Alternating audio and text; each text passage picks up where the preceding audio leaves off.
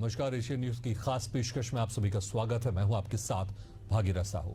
तो कल पहलगाम में आतंकवादियों ने पुलिस की वर्दी में आकर, आर्मी की वर्दी में आकर वहां पर जो सैलानी मौजूद थे, जो पर्यटक मौजूद थे, जो दृश्य का आनंद उठा रहे थे, उनके ऊपर अंधाधुंध गोली चला दी, जिसमें जम्मू कश्मीर के पहलगाम में मंगलवार को आतंकवादियों ने रायपुर के स्टील कारोबारी दिनेश मिरानिया की गोली मारकर हत्या कर दी। आतंकियों ने पत्नी, बेटे और बेटी की आंखों के सामने दिनेश को गोली मारी थी। कारोबारी के पार्थिव शरीर को फ्लाइट से रायपुर लाया जाएगा, जो रात 8 बजे रायपुर पहुंचेगी। आपको बता दें कि दिनेश मिरानिया को जिस दिन गोली मारी गई थी, उस दिन की शादी की सालगिरह थी। वो परिवार के साथ खुशियां मनाने बैसरन घाटी गए थे। वहां पत्नी नेहा, बेटा शौर्य और बेटी लक्षिता के साथ सेलिब्रेट कर रहे थे। तभी आतंकियों ने उन्हें ढूंढ डाला। दिनेश मिरानिया की पत्नी और बच्चों से गृह मंत्री अमित शाह ने मुलाकात की और कहा, आतंकियों को बख्शा नहीं जाएगा। वहीं कश्मीर में मौजूद छत्तीसगढ़ के पत्रकार राम अवतार तिवारी ने बताया कि पहलगाम घूमने के लिए जा रहे थे, लेकिन हमें सुरक्षा बलों ने रास्ते में ही रोक दिया। फायरिंग के बाद सुरक्षा बल सर्च ऑपरेशन चला रहे हैं। इस वजह से पर्यटकों को वहां जाने की अनुमति नहीं है। छत्तीसगढ़ के मुख्यमंत्री ने फोन पर सभी का हालचाल लिया। वहीं सरकार ने मारे गए लोगों को 10-10 लाख रुपए और घायल के 2 लाख रुपए, मामूली घायलों के लिए 1 लाख रुपए की सहायता राशि की घोषणा की है। आपको बता दें कि जम्मू में भिलाई के 10 लोग हैं, रायपुर के 65 लोग हैं, जिन्हें श्रीनगर के होटल में ठहराया गया है। सभी मंगलवार को पहलगाम पहुंचे थे। पहलगाम से बैसरन घाटी की दूरी है। फिलहाल कश्मीर बंद है। सीएम विष्णुदेव साय ने छत्तीसगढ़ के लोगों से बातचीत की है। छत्तीसगढ़ के डिप्टी सीएम और गृह मंत्री विजय शर्मा भी लगातार छत्तीसगढ़ के पर्यटकों से संपर्क में हैं, जो कश्मीर में फंसे हुए हैं। बहुत ही दुखद घटना हुई है। ये हमारे पड़ोस में करीब 15 साल से रहते हैं। हमारा इनसे व्यापारिक संबंध भी है। इनका सीमेंट सीट का काम है, उसमें लोहा सप्लाई, पाइप वगैरह मैं देता हूँ। बहुत ही अच्छे आदमी। ये जो हुआ है बहुत ही दुखद घटना हुई है। पूरे परिवार के साथ पूरे घूमने गए थे। वेडिंग एनिवर्सरी थी कल इनकी, उसी को सेलिब्रेट करने के लिए गए थे। और सुनने में आया है कि वहाँ कोई भागवत कथा थी इनके रिलेटिव में, उसको भी अटेंड करने गए थे। वो लोग पुलगांव से निकल के आ गए हैं। पहलगांव से निकल के वो लोग यहाँ आ गए हैं जम्मू, और अभी सब सुरक्षित हैं। वहाँ पर एक्चुअल जो आतंकवादी लोग थे वो हिंदू को ही टारगेट किए थे। हिंदुओं का नाम पूछ के उनको गोली चला रहे थे। वो मुस्लिम यदि कोई व्यक्ति था तो उसको वहाँ से हटा दे रहे थे। लेकिन इस बीच भगवान का एक आशीर्वाद है कि एक मुसलमान बच्चा जो चिरमी में वहाँ से ठंडी के वूलन कपड़े बेचने आता है, जो हमारे परिवार से बहुत पहले से टच है, हमारे घर में किराए से रहता था, वो उसके द्वारा आज वहाँ हाथ पैर जोड़ के हमारे भांजे और इन 3 बच्चों को, परिवार को बचाया गया। वरना शायद आज हम लोग अपने परिवार को या अपने चिरमी के सभी जितने व्यापारी लोग गए थे घूमने, बच्चे, उनको नहीं देख पाते। जैसे आप सबको भी पता है कि पहलगाम में आतंकवादियों के कायराना हरकत से उस जो अंधाधुंध उन्होंने गोलियां चलाई, उसमें हमारे छत्तीसगढ़ के व्यवसायी भाई दिनेश मिरानिया जी भी थे। उनका भी दुर्भाग्यपूर्ण मृत्यु हुई है। इस आतंकवादियों के द्वारा जो कायराना हरकत किया गया है उसका हम कड़ी से कड़ी निंदा करते हैं। और हमारे राज्य सरकार माननीय विष्णुदेव साय जी के त्वरित पहल से उनके द्वारा समन्वय स्थापित करके दिनेश मिरानिया जी के पार्थिव शरीर को ससम्मान यहाँ रायपुर लाया जा रहा है, ताकि मिरानिया जी का जो अंतिम अंत्येष्टि है वो उनके परिवार के बीच में ससम्मान हो। इसके लिए सरकार ने जिला प्रशासन को भी निर्देश दिए हैं। तो आपने मृतक के लोगों की बाइट सुनी, किस तरह से उनका दर्द था। और लगातार छत्तीसगढ़ सरकार की तरफ से प्रयास किया जा रहा है, जो वहां पर छत्तीसगढ़ के लोग फंसे। इस वक्त तकरीबन 90 से ज्यादा लोग छत्तीसगढ़ के वहां पर फंसे हुए हैं। तत्काल उनको वहां से वापस लाने की कोशिश की जा रही है। और इस वक्त हमारे साथ और ज्यादा जानकारी के लिए जो हमारे संवाददाता जुड़े, मैं आपको बताया था, रायपुर से हमारे साथ इम्तियाज अंसारी जुड़े हुए हैं, बिलासपुर से प्रकाश राव, मनीषगढ़ से शराफत अली अमर जुड़े हुए। स्टूडियो में हमारे साथ मौजूद हैं पॉलिटिकल एडिटर मनीष वोरा जी। सबसे पहले हम जानना चाहेंगे रायपुर, इम्तियाज अंसारी, अगर हम देखें छत्तीसगढ़ से जो 90 लोग वहां पर फंसे हुए हैं उसमें सबसे ज्यादा रायपुर के हैं जिसमें 61 लोग वहां पर फंसे हुए हैं और एक व्यापारी की इस दर्दनाक हादसे में मौत भी हो गई है। और गृह मंत्री अमित शाह ने उनके परिजनों से वहां पर मुलाकात भी की और बहुत जल्द उनका पार्थिव शरीर रायपुर भी आ जाएगा। आपसे विस्तार से और जानना चाहेंगे रायपुर में जो बाकी लोग हैं कहां से किस तरह से उनसे संपर्क साधने की कोशिश की जा रही है, कब तक उनको सुरक्षित वहां से वापस रायपुर लेकर जाएगा? देखिए बिल्कुल छत्तीसगढ़ की अगर हम बात करें तो अलग अलग जगहों के लोग वहाँ फंसे हुए हैं। जिस तरीके से रायपुर के लोग हैं वो सब अभी जो है श्रीनगर में उनको महफूज रखा गया है। अब एक एक करके वहाँ से फिर उनको यहाँ लाया जाएगा। इसके तहत जो है सरकार पहल कर रही है। वहीं अगर बात करें जो दिनेश मिरानिया के पार्थिव शरीर की बात करें तो वो 8:30 बजे उनका एयरपोर्ट पे लैंडिंग है। उसके बाद जो है 9-9:30 बजे उनको यहाँ घर पे ले आया जाएगा। इस वक्त मैं उनके घर पर हूँ और यहाँ जो है तैयारियां चल रही है क्योंकि कल उनका अंतिम संस्कार भी करना है। सुबह 9 बजे अंतिम संस्कार का समय दिया गया है और जिस तरीके से लगातार इस दुख में उनके घर जो लोग पहुंच रहे हैं उनके परिवार वालों को सांत्वना दे रहे हैं क्योंकि ये जिस तरीके से दुखद घटना हुई है वो सिर्फ रायपुर छत्तीसगढ़ नहीं पूरे देश को झकझोर देने वाला ये घटना है। और इस घटना में सभी लोग जो हैं एकजुट हैं और पूरे चाहे वो राजनेता हों अलग अलग दलों के नेता हों वो एक ही स्वर में ये कह रहे हैं कि इसका बदला लिया जाना चाहिए। तो इस वक्त मैं घर में हूं और घर में जो है कई लोग हैं उनसे भी हम अगर चर्चा कर सकते हैं। लेकिन इससे पहले कि ये बात आपको बताऊं कि जो सुबह से लेकर कल रात में सभी लोग यहाँ एकजुट हुए थे। कलेक्टर एसपी तमाम लोग यहाँ पहुंचे थे और आज सुबह से तमाम जो छत्तीसगढ़ के मंत्री मंडल के नेता हैं मंत्री हैं वो यहाँ पहुंचे थे और अभी भी वो सिलसिला जारी है। जी बिल्कुल बिल्कुल बिल्कुल इम्तियाज, आप हमारे साथ बने रहिएगा, हम दोबारा आपके पास लौटेंगे और अब रुक करेंगे बिलासपुर का। हमारे साथ बने हुए प्रकाश राव, जिस तरह से अगर हम बात करें छत्तीसगढ़ के 90 से ज्यादा लोग हैं कश्मीर में फंसे हुए हैं और रायपुर से एक व्यापारी उनकी मृत्यु भी हो गई इस हादसे में और बहुत सारे लोग ऐसे हैं जो अपनों का इंतजार कर रहे हैं कि कब उनके अपने कश्मीर से वापस उनके पास आ जाएं क्योंकि एक दहशत भी एक डर भी है। संजू की काराना करतूत है जिस तरीके से जम्मू कश्मीर के पहलगाम में जो हमले हुए जिसमें कई बेकसूर लोगों की जानें चली गई और उनकी हत्या यहाँ पर कहीं ना कहीं पूरे देश में इसको लेकर आक्रोश है। बिलासपुर की भी अगर बात करें तो एक से दो ऐसे परिवार हैं जो वहाँ पर फंसे हुए। हालांकि विष्णुदेव साय जो मुख्यमंत्री है उन्होंने भी कई जगह से यहाँ पर संपर्क साधने की बात की तो कहीं ना कहीं उनका भी हालचाल वहाँ पर जाना जा रहा है कि आखिर कौन से परिवार हैं जो फंसे हुए हैं और उनको सकुशल जो घर वापसी है वो वहाँ पर हो सके। इसको लेकर सरकार है वो भी यहाँ पर सजग दिखाई दे रही है और लगातार जो लोग हैं उनसे भी बातचीत की जा रही कि उनको किसी भी प्रकार की दिक्कतें न हो। लेकिन मेरे साथ कुछ लोग जो है जिस तरीके से आक्रोश देश भर में तो बिलासपुर में भी इसका आक्रोश है और इससे मैं जानना चाहूंगा आप किस तरीके से देखते हैं क्योंकि ये काराना करती जिस तरीके से जम्मू कश्मीर में कैसे देखते हैं क्योंकि देश के ऊपर हमला हुआ है। देखिए देश के अंदर दो तरफा हमला हुआ है। एक तो हमला जो हिंदुओं पर है और दूसरा हमला कश्मीर में जो अमन चैन हम लाना चाह रहे हैं उस पर भी ये हमला हुआ है। जिस तरह का आतंकी हमला हुआ है इससे निश्चित रूप से आतंकवादी और पड़ोसी मुल्क यह चाहता है कि कश्मीर में कभी भी अमन चैन ना आए और हमेशा ही भय का माहौल बने।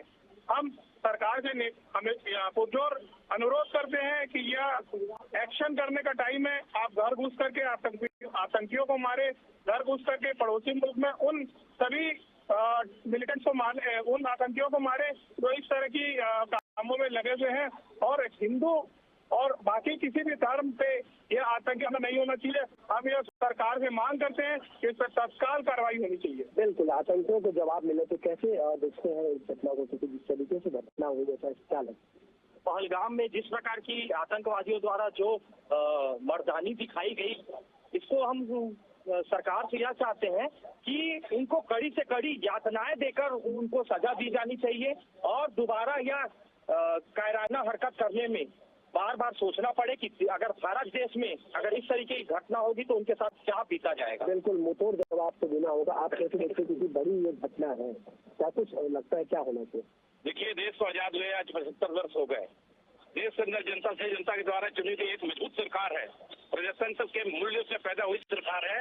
और आज भी सरकार यदि आम जनता, भारत के नागरिकों की रक्षा नहीं कर पाती है तो शायद ये सबसे कमजोर सरकार होगी जो प्रजातंत्र में आने वाले समय पर पीढ़ी शासन करेगी। इसलिए सरकार से निवेदन है कि आम जनता और राष्ट्र हित में इस बार जितने भी आतंकवादी हैं उनको मुंहतोड़ जवाब देना चाहिए। हम भारत के साथ खड़े हैं। भारत का हर नागरिक प्रधानमंत्री के साथ आंखें टीवी की ओर टकटकी लगी है कि कब प्रधानमंत्री की घोषणा करें। बिल्कुल, आतंकियों को मुंहतोड़ जवाब देना होगा। अब आप पलटवार की भी बारी कैसे देखिए इस पूरे को? देखिए, जिस हिसाब से केंद्र सरकार और जम्मू सरकार जो बोलती थी कि राज्य बनने के बाद यहाँ पर्यटन आने चाहिए और यहाँ पर लोग अपना उद्योग लगा सके, इससे जिस तरह से उन्होंने पर्यटकों के ऊपर अंधाधुंध जाति और धर्म को लेकर गोलियां बरसाई है, उसकी कड़ी निंदा की जानी चाहिए और देश में कश्मीर में सेना के हवाले कर दिया जाना चाहिए। जो भी आतंकवादी देखे तत्काल ये आतंकियों के पहले से कोई तैयारी रही होगी जिस तरीके से हमला हुआ है? देखिए, इसमें जो है आतंकवादियों की तैयारी तो ठीक है, लेकिन हमारे देश में जो सुरक्षा कहीं न कहीं जो चीजें है को मिल रहा है। वाकई ये आक्रोश सबकी मांगे कि जिन आतंकवादियों ने इस घटना का अंजाम दिया है उनको मुंहतोड़ जवाब दिया जाए, उनको भी मौत की घाट उतारा जाए। आपको रोकना चाहेंगे, आप हमारे साथ बने रहिए। एक बार फिर से रुक करेंगे रायपुर का, हमारे साथ बने हुए लगातार हमारे संवाददाता Imtiaz Ansari. Imtiaz, over to you. देखिए, बिल्कुल अभी मैं घर पे हूँ और यहाँ तमाम लोग पहुँच रहे हैं और ऐसे में चंद्रपानी महाराज यहाँ पहुँचे हैं और अभी परिवार वालों के साथ बातचीत कर रहे हैं। मैं प्रसाद जी को बोलूँगा एक बार तस्वीरों में दिखाएं कि वो अभी यहाँ पहुँचे हैं और परिवार वालों के साथ वो बातचीत कर रहे हैं और जानकारी हासिल कर रहे हैं। हम उनसे भी चर्चा करने की कोशिश करेंगे और जानेंगे कि किस तरीके से इस घटना पे उनकी क्या प्रतिक्रिया है। चंद्रपानी महाराज जी, ये दुखद घटना हुई है और पूरे देश को झकझोर देने वाली घटना है। किस तरीके से आप देखते हैं, क्या एक पूरे भारत को झकझोर देने वाली घटना और आप कैसे देखते हैं? देखिए, यह पूरी तरह हिंदुत्व पे हमला है।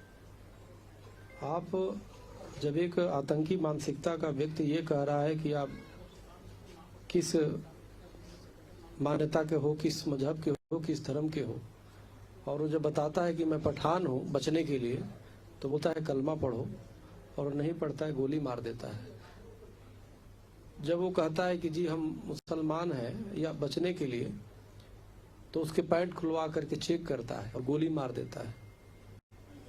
तो आप सोच सकते हो कि हिंदुओं के प्रति कितनी घृणा है, नफरत है। तो मुझे लगता है कि ये जो मदरसों में जो चल रही है और जो मस्जिदों में, ये सिर्फ एक मजहब का अजान नहीं हो रहा है, बल्कि उसके माध्यम से हिंदुओं के प्रति घृणा, नफरत सिखाई जा रही है। इससे भी बड़ी दुर्भाग्य की बात है, इतनी बड़ी घटना हुई जो हिंदुत्व पे हमला हुआ, एक भी इस्लामिक बड़े संस्थान ने अभी तक, आज तक की कोई भी आतंकी घटना में आतंकियों के खिलाफ फतवा जारी नहीं किया। तो और इसमें कई ऐसे सेकुलर दिखाने के लिए अगरबत्ती मोमबत्ती जलाएंगे और फिर भूल जाएंगे। मैं सरकार से भी, केंद्र सरकार से भी आग्रह करना चाहता हूँ, मांग करना चाहता हूँ, अब इस समय है देश को हिंदू राष्ट्र घोषित करने का। अब इस समय है इस जिहादी, इस तरह की आतंकी सोच के लोगों को पहचान कर कठोर से कठोर सजा दिलाने का। क्योंकि एक तरफ हमें तो वसुधैव कुटुंबकम, पूरा विश्व को परिवार के सिद्धांत घोट के पिला दिया जाता है, दूसरी तरफ उनके यहाँ मदरसों में, अन्य संस्थानों में सिखाया जाता है कि ये काफिर है। तो आप जरा सोचो कि वो कितनी घृणा उनके अंदर भरी हुई है कि अभी कुछ दिन शादी हुआ और उसको मार दिया। अभी हम जहाँ आए हैं, अभी आपके भाई से हम मिल रहे हैं, पूरे परिजन हैं इनके, लेकिन वो जो गया है, जो भी इसमें मारा गया है, वो सिर्फ एक परिवार का नहीं है, बल्कि पूरे राष्ट्र के साथ है और पूरे हिंदुत्व पे वो हमला है। लंबे समय के बाद ऐसी कायराना हरकत वहाँ हुई है। क्या एक खौफ का माहौल पैदा करने के लिए घटना को अंजाम दिया गया? देखिए, जो यह मानसिकता है, ये तो अंदर तक है। अब ये सामने जो आ गई, चूंकि गवाह बच गए अब ये कह सकते हो कि परमात्मा ने लिखा था, जो जाना था वो गया, लेकिन जो लोग गए अपने मुख से पूरा देश और दुनिया ने सुन लिया है कि वो ये पूछ के मारे हैं कि तुम कौन हो, और हिंदू होना एक गुनाह हो गया और उसकी हत्या कर दी गई। सबसे बड़ी बात तो ये जो सेकुलर का रोना रोते हैं और जो हिंदुओं में कमी निकालते हैं, हमारे व्रत त्योहारों के प्रति अनास्था पैदा करते हैं और दूसरे में इफ्तार पार्टी करने जाते हैं। अब देश की जनता को ये भी सोचना होगा, सेकुलर हिंदुओं को भी खास तौर से सोचना होगा कि क्या हम इस तरह से इस देश में अपने को कब तक बचा पाएंगे। हमें स्पष्ट नीति अपनानी पड़ेगी, हमें हिंदू राष्ट्र की तरफ चलना पड़ेगा।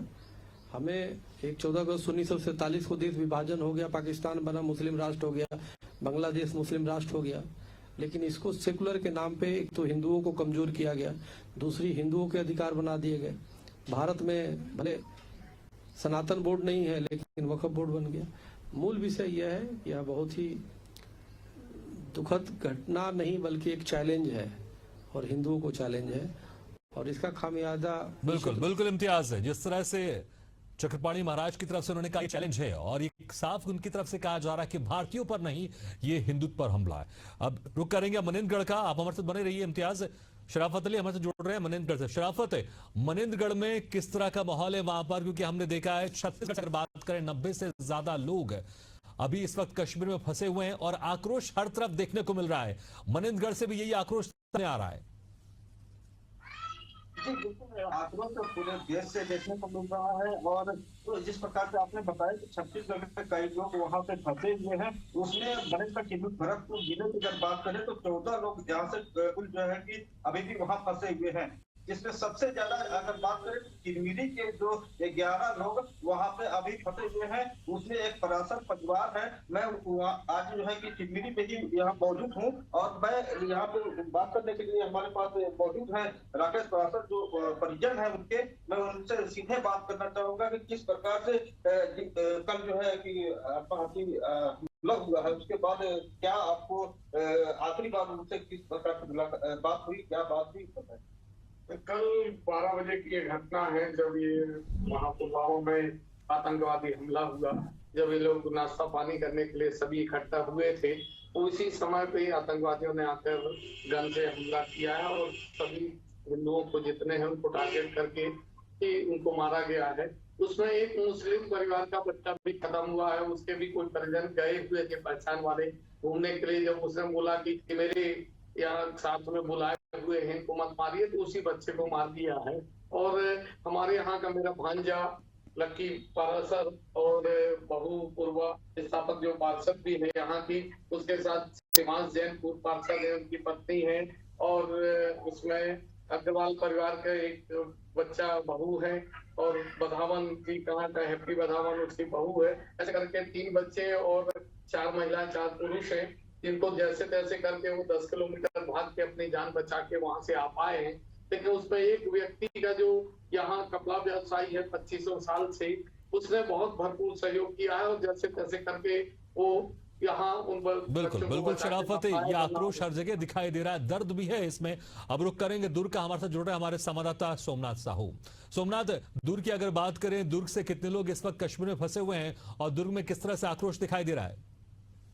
जी बता दें कि दुर्ग से जम्मू कश्मीर कैसे दुर्ग जिले से 20 लोग पहुंचे हुए हैं, और यह विधायक जो दुर्ग शहर के विधायक है गजेंद्र यादव और वाकई नगर के जो विधायक है DK सेन, इनसे मदद मांग रहे हैं। ये प्रभारी मंत्री डिप्टी CM जो विजय शर्मा जी से है उनसे मतलब किया गया है, और पूरा मदद जिला प्रशासन और जो विधायक है ये पूरा मदद करने का आश्वासन दे रहे हैं। और जिला प्रशासन की जो बात किया जाए, इनके पास किसी प्रकार का आंकड़ा नहीं है। दुर्ग 20 लोग फंसे हुए हैं, और देखा जा रहा तो किस तरह का घटना जो है बिल्कुल बिल्कुल बिल्कुल। सोमनाथ, क्या आपकी जो लोग वहां पर फंसे हैं उनके किसी परिजनों से बातचीत हुई है? बिल्कुल सोमनाथ, आपका आवाज सुनाई दे रही है? चलिए मनीष जी देखिए, जिस तरह से हम लगातार आंकड़े भी हम पेश कर रहे हैं, हमने जगह जगह क्षेत्र, चाहे हम दुर्ग की बात करें, बिलासपुर से बात करें, हमारे संवाददाता वहां पर आक्रोश, वहां का दर्द भी हमारे एशियन न्यूज के माध्यम से बयान कर रहे हैं। लेकिन जिस तरह से चक्रपाणी महाराज से अभी बात कर रहे थे इम्तियाज अंसारी, एक बात सामने ये भी निकल कर आ रही है कि अब ऐसा भी कहा जा रहा है कि भारतीयों पर नहीं, ये हिंदुत्व पर हमला है, आतंकवादी हमला हुआ है, लेकिन अब इसको एक दूसरे एंगल से भी देखा जा रहा है। बिल्कुल बिल्कुल बिल्कुल मनीष जी, आपको रुकना चाहेंगे, सीधे एक बार रुक करेंगे इम्तियाज के। Imtiaz, over to you. बिल्कुल, हमारे साथ साध्वी महामंडलेश्वर हैं, उनसे हम बातचीत कर लेते हैं। अभी आप जो पीड़ित परिवार है उनसे मुलाकात किए हैं, क्या कैसे देखते हैं इस घटना को? ये पीड़ित परिवार केवल यही पीड़ित परिवार नहीं, मैं तो मानती हूँ कि ये मेरा ही परिवार है, क्योंकि ये केवल एक हिंदू परिवार पे आघात नहीं हुआ, ये हम समस्त हिंदू परिवारों पर आघात हुआ है। और मैं एक संत होने के नाते इस पूरे जगत को अपना परिवार मानती हूँ। तो मैं तो यही सोचती हूँ कि ये मेरे घर के बच्चों के ऊपर ऐसा घात हुआ है। और अगर एक माँ है, अगर उसे पूछोगे कि आपके बच्चे की मृत्यु के बाद आपको कैसा प्रतीत होगा, तो मैं तो यही कह पाऊंगी कि फिर ये सवाल का कोई जवाब नहीं दे सकती मैं, क्योंकि इतनी आघात मुझे सोच भी नहीं सकती थी। मैं किसी अन्य कार्यक्रम में गई थी, मुझे पता लगा तो मैं यहाँ पर उपस्थित हुई हूँ। एक और सवाल ये है कि जिस तरीके से चुन चुन कर मारा गया है, जिस तरीके से कहीं ना कहीं ये कहा गया है कि और उसके कपड़े भी उतारे गए हैं, क्या लगता है ये दहशत फैलाने का काम है? अवश्य ही। वो कपड़े उतारने का उनका रीजन तो केवल यही था कि वो देखना चाहते थे कि ये कहीं हिंदू है या मुसलमान है, क्योंकि आप सभी जानते हैं मुसलमानों में सुन्नत कराया जाता है और हिंदुओं में कभी सुन्नत नहीं होता। वो यही चेक करने के लिए उन्होंने कपड़े उतारे थे उनके। और इतनी घटिया तरह की उनकी मानसिकता है, इस मानसिकता के लिए तो मैं उन्हें यही कहूंगी कि उन्हें तो मैं हमेशा शस्त्र धारण करती हूँ, अगर मेरे सामने आ जाए तो मैं अभी उनका वध कर दूं। यही इतनी मेरे अंदर में भावना उमड़ रही है कि एक ऐसे इतनी नीच सोच है इनकी, और ऐसे जिहादी मानसिकता वालों को हमारे देश में आवश्यकता नहीं है। जल्द से जल्द प्रधानमंत्री जो है हमारे यहाँ के नरेंद्र मोदी जी, इस पर जल्दी से जल्दी कोई एक्शन ले। बिल्कुल बिल्कुल बिल्कुल जी इम्तियाज, तो लगातार आक्रोश दिखाई दे रहा है। मनीष जी, आपने सुना होगा, देखिए आक्रोश यहाँ पर दिखाई दे रहा है और जिस तरह से घटिया मानसिकता भी बताया जा रहा है। लेकिन जैसे मैंने आपसे वही सवाल किया था कि अब भारतीयों पर हमले को लेकर इससे ज्यादा बात की जा रही है कि एक हिंदुत्व पर हमला है। देखिए, मुझे एक बात सीधी तौर पे ये जरूर हुआ है कि उनसे पूछ करके उनको सीधे तौर पे गोली मारी गई है, उनके कपड़े उतारे गए हैं, लेकिन हिंदुत्व पर नहीं है, ये भारत पर ही हमला है सीधे तौर पे। और देश के खिलाफ जो है सीधे तौर पे उन लोगों ने पूछ करके उनके साथ में इस प्रकार की कायराना हरकत करी है, और ये कतई जो है वो सम्य नहीं हो सकती। इस पर देखिए लगातार बैठकें चल रही है सुरक्षा को लेकर के, जो रक्षा मंत्री हैं वो, गृह मंत्री और प्रधानमंत्री तमाम जो है वो बैठक ले रहे हैं। और निश्चित रूप से मुझे लगता है कोई ना कोई बड़ी स्टेप जो है देश की सरकार जो है वो उठाएगी इस पर। बिल्कुल उम्मीद करते हैं, जिस तरह से पुलवामा हमले के बाद हमने स्ट्राइक्स देखी और उसका असर भी हुआ। कई सालों तक पाकिस्तान की तरफ से कोई हिम्मत नहीं की गई, लेकिन फिर से एक बार जिस तरह से 370 हटने के बाद लोकसभा चुनाव, विधानसभा चुनाव में भारी प्रतिशत देखने को मिला, कहीं ना कहीं पाकिस्तान इससे बौखलाया हुआ है और इसी वजह से यह हमला देखने को मिला। लेकिन अब स्केच भी जारी हो गया, बहुत जल्द उम्मीद की जाएगी इन सभी आतंकवादियों को मौत के घाट उतार दिया जाएगा। आपसे भी संवाददाताओं का बहुत बहुत शुक्रिया, इम्तियाज, प्रकाश, शराफत शुक्रिया, और सोमनाथ आपको भी शुक्रिया तमाम जानकारी के लिए। मनीष जी आपका भी शुक्रिया। तो जिस तरह से आतंक के खिलाफ आक्रोश पूरे देश में दिखाई दे रहा है, छत्तीसगढ़ में भी उसका आक्रोश दिखाई दे रहा है। छत्तीसगढ़ में तकरीबन 90 से ज्यादा लोग कश्मीर में इस वक्त फंसे हुए हैं। छत्तीसगढ़ की सरकार की तरफ से लगातार प्रयास किया जा रहा है कि जल्द से जल्द उनको छत्तीसगढ़ वापस लेकर आया जाए, लेकिन आक्रोश है और इस आक्रोश से एक ही मांग उठ रही है कि आतंकवादियों से बदला लिया जाए। इसी के साथ हमारी खास पेशकश में फिलहाल इतना, लेकिन खबरों का सिलसिला लगातार जारी, आप देखते रहिए एशियन न्यूज।